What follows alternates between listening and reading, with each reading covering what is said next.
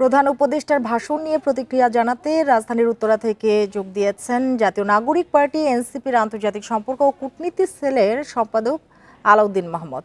জনাব আলাউদ্দিন মাহমুদ, আপনাকে স্বাগত জানাচ্ছি ইন্ডিপেন্ডেন্ট টেলিভিশনে। যেটি আপনার কাছে শুরুতেই জানতে চাই যে প্রধান উপদেষ্টার আজকের বক্তব্য নিশ্চয়ই আপনি শুনেছেন।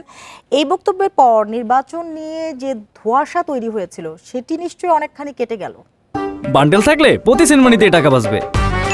বিকাশ সেনমানি বান্ডেল কিনে জিতুন প্রতি লেনদেনে। ধন্যবাদ। আজকে প্রধান উপদেষ্টা যে বক্তব্য দিয়েছেন, আমি মনে করি যে এই বক্তব্যটি কিছুদিন ধরে আমরা বারবার দেখেছি যে ডিসেম্বর থেকে জুনের মধ্যে নির্বাচন হবে, এই যে একটা টাইমফ্রেমটা নিয়ে সত্যিকার অর্থে জনমনে বিভ্রান্তি ছিল। এবং একই সাথে যে দলটি বারবার নির্বাচন চাচ্ছে ডিসেম্বরের মধ্যে, পাশাপাশি তাদের সহযোগী তাদের যে সরকারের উপর একটা চাপ প্রয়োগ করার একটা চেষ্টা ছিল, সেই চেষ্টা আজকের পর থেকে আশা করি যে তারা একটা গাইডলাইন পেয়েছেন, স্পষ্ট নির্দেশনা পেয়েছেন। তবে জাতীয় নাগরিক পার্টি মনে করে যে এখানে আজকে আমরা যে বিষয়টি দেখলাম যে আমাদের দাবি ছিল যে জুলাই ঘোষণাপত্র এবং জুলাই সনদ বাস্তবায়নের পরেই নির্বাচনের রোডম্যাপ দেওয়া হোক। তো আমরা স্বাগত জানাচ্ছি যে প্রধান উপদেষ্টা বাংলাদেশের এই ক্রান্তিকালে যেভাবে তিনি গত 9 মাস বাংলাদেশকে সত্যিকার অর্থে অনেকগুলো প্রতিবিপ্লব এবং অনেকগুলো আপনার আন্দোলন সংগ্রাম মোকাবেলা করে বাংলাদেশকে একটি স্টেবল জায়গায় এসে দাঁড় করিয়ে দিয়েছেন। এই মুহূর্তে নির্বাচনের আমি মনে করি যে this is the right time to declare the time schedule of the election. কিন্তু একটা বিষয় আমাদের খুব স্পষ্ট ভাবে আমরা দাবি করছি যে সরকার অবশ্যই নির্বাচন শুধুমাত্র এপ্রিলেই করবে তা নয়। আমরা আগেও বলেছি যে নির্বাচন ডিসেম্বরে কিংবা এর আগেও হতে পারে, বাট নির্বাচনের পূর্বে বিচার সংস্কার এবং আমরা যেই স্পষ্টভাবে বলেছি জুলাই ঘোষণাপত্র যেটা সরকার প্রতিশ্রুতি দিয়েছে, একই সাথে জাতীয় ঐক্যমত্য কমিশনের মাধ্যমে যেই রাজনৈতিক দলগুলোর মধ্যে যেই পয়েন্টগুলোতে ঐক্যমত্য তৈরি হবে তার ভিত্তিতে জুলাই সনদ বাস্তবায়ন করে নির্বাচনের রোডম্যাপ দেওয়া হোক। তো আমরা যেহেতু নির্বাচনের তারিখ ঘোষণা করা হয়েছে, একটা সম্ভাব্য টাইম ফ্রেম, আমরা স্বাগত জানাচ্ছি। তবে আমরা আহ্বান জানাচ্ছি যে অবশ্যই নির্বাচনের পূর্বে অন্তর্বর্তীকালীন সরকার যেই কাজগুলো না করলে ভবিষ্যতে বাংলাদেশ এটি গণতান্ত্রিক ধারায় উত্তরণ ঘটতে পারবে না, সেই কাজগুলো যাতে সে করেই নির্বাচনটা বাস্তবায়ন করে।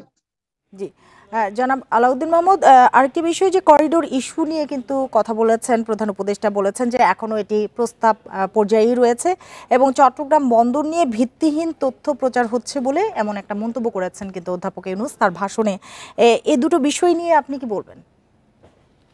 আমি দুটো বিষয় নিয়ে বলবো যে বাংলাদেশ যেহেতু বৈশ্বিক অর্থনীতির একটি পার্ট, বাংলাদেশ তার প্রয়োজন হলে বাংলাদেশ যেভাবে বিশ্বের বিভিন্ন জায়গায় বাংলাদেশ বিনিয়োগ করবে, বাংলাদেশ তার ব্যবসা সম্প্রসারণ করবে, পাশাপাশি বাংলাদেশকে বৈশ্বিক যেই হাব আছে বিজনেস হাব সেটাতে কানেক্টিভিটি অর্জন করতে গেলে বৈশ্বিক স্ট্যান্ডার্ড মেনে রেখে যদি বাংলাদেশ কোনো বিদেশি কোম্পানির সাথে বন্দর ব্যবস্থাপনার জন্য চুক্তি করতে পারে, সেটাও যেরকম করতে পারে, তবে সরকারকে অবশ্যই একটা বিষয় মাথায় রাখতে হবে, আপনি মানবিক করিডোর নিয়েই কথা বলেন কিংবা বন্দর নিয়ে কথা বলেন, এটা অবশ্যই যাতে এখানকার যে স্টেক হোল্ডার আছে তাদের সাথে আলাপ আলোচনা করে এই সিদ্ধান্তগুলো নেওয়া হয়। আমরা সরকারকে এইটা বলছি না যে আপনি সর্বব মিথ্যা কিংবা সর্বব সত্য এই বিষয়টাকে আপনি দাবি করার দরকার নেই। আপনার যেটা দরকার যে আরেকটি বিষয় একটু জানতে চাই, সংস্কার ও বিচারের বিষয়ে গ্রহণযোগ্য জায়গায় পৌঁছানোর যে আশা প্রকাশ করা হয়েছে সেটি আপনি কতখানি বাস্তব সম্মত মনে করছেন?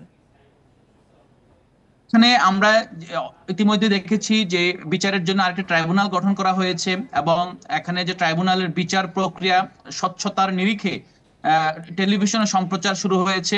আমরা এই সদিচ্ছাগুলোকে স্বাগত জানাচ্ছি। তবে আমরা বলবো বাংলাদেশের বিচার ব্যবস্থা সামগ্রিকভাবেই ত্রুটিপূর্ণ। এখানে একটা বিষয় আছে যে অনেক বেশি লেন্দি প্রসেস, আর একটা হলো যে এখানে বিচার ব্যবস্থাটাই একটা আসলে ভঙ্গুর ব্যবস্থা।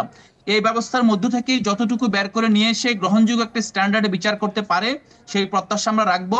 তবে আমরা সরকারকে বলবো যে এই সরকার যাতে পরবর্তীতে নির্বাচনের মাধ্যমে যারা বাংলাদেশকে পরিচালনার জন্য সামনে আসতে পারে তাদের সাথে যাতে প্রতিটা ক্ষেত্রে আলাপ আলোচনা করে বর্তমানে কাজগুলো সম্পাদন করে, এইটা যদি করা হয় তাহলে এই সরকার যে কাজ করে যাবে তার ভালো কাজগুলো ভবিষ্যতে ধারাবাহিকতা পাবে এবং টেকসই গণতন্ত্রের জন্য এটা কার্যকর হবে।